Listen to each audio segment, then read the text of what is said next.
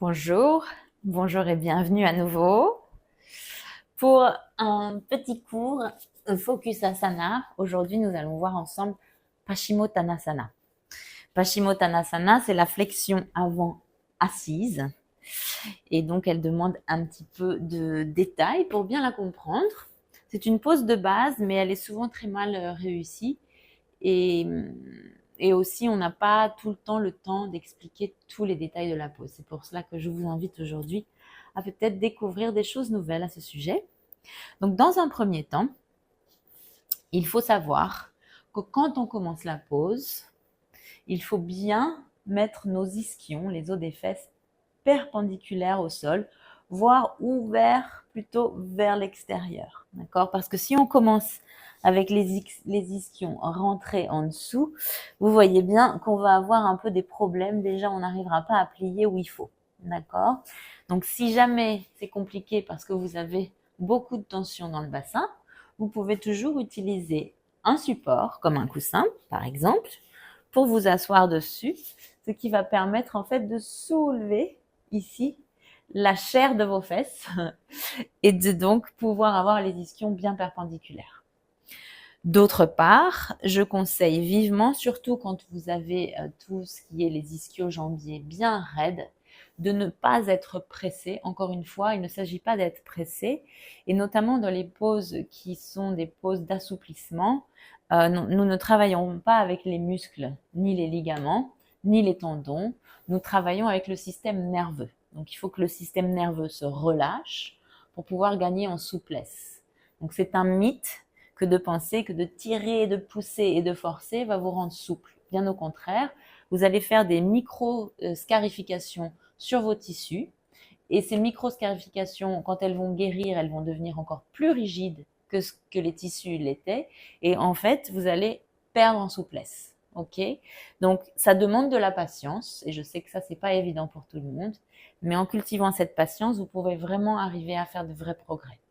Donc, on va voir ici les éléments de comment faire cette pose quand on est vraiment très raide. D'accord? Je conseille toujours de commencer les genoux fléchis. Et même si vous êtes très souple, ça vaut le coup d'essayer cette version. Et pour pouvoir garder les genoux fléchis de manière relaxée, on va placer en dessous de nos cuisses, donc juste derrière les genoux, un support. Vous pouvez avoir des blocs ou encore d'autres coussins, ou alors comme moi aujourd'hui, cette couverture enroulée. D'accord?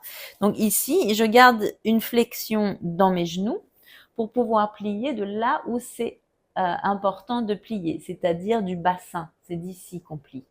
Ce n'est pas du haut du dos.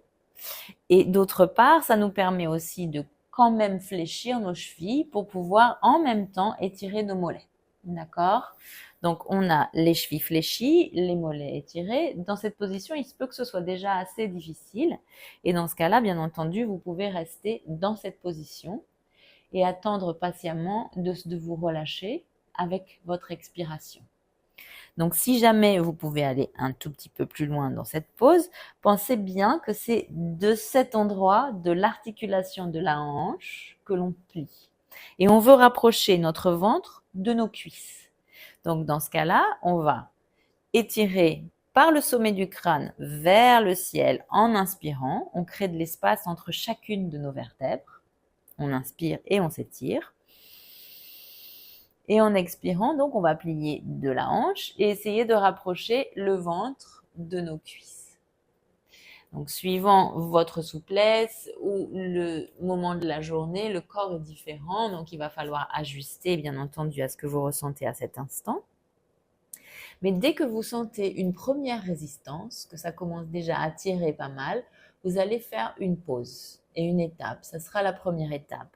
Et dans cette étape, vous devez vous concentrer pour dire à votre corps que c'est OK de se détendre dans cette position et que donc, à chaque expire, vous allez relâcher davantage les tensions que vous pouvez sentir. Donc, une pause qui, en général, si vous voulez gagner en souplesse, vous pouvez mettre un chrono et la garder pendant 4 à 5 minutes. Et pendant 4 à 5 minutes, vous efforcez de rester bien concentré sur les points de résistance. Et à chaque expire, rassurez votre corps et votre système nerveux que de se laisser aller dans cette pause et sécure. Et que donc, on peut y aller en toute confiance. Au fur et à mesure des expirations, vous allez voir que vous allez gagner en souplesse et donc que vous allez vous rapprocher de ces cuisses. Et petit à petit, peut-être éventuellement, allonger légèrement plus vos jambes. Le but n'est pas du tout d'aller toucher les pieds avec les mains, mais plutôt réussir à pouvoir se relâcher et surtout plier des hanches. Donc une fois que vous avez respiré plusieurs fois dans une première étape, vous allez essayer éventuellement d'ajuster un peu plus loin dans la pause.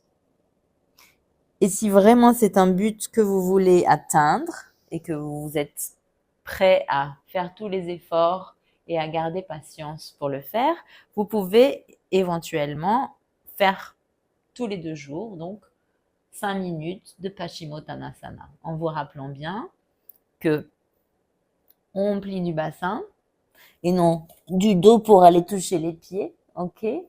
Et que surtout, on est dans le relâchement et le lâcher prise et non pas dans je pousse, je force et je me fais mal. J'espère que ces conseils vous ont servi. J'aimerais que si jamais vous avez d'autres questions ou que j'ai oublié un point qui vous intéresse, vous me posiez des questions dans les commentaires.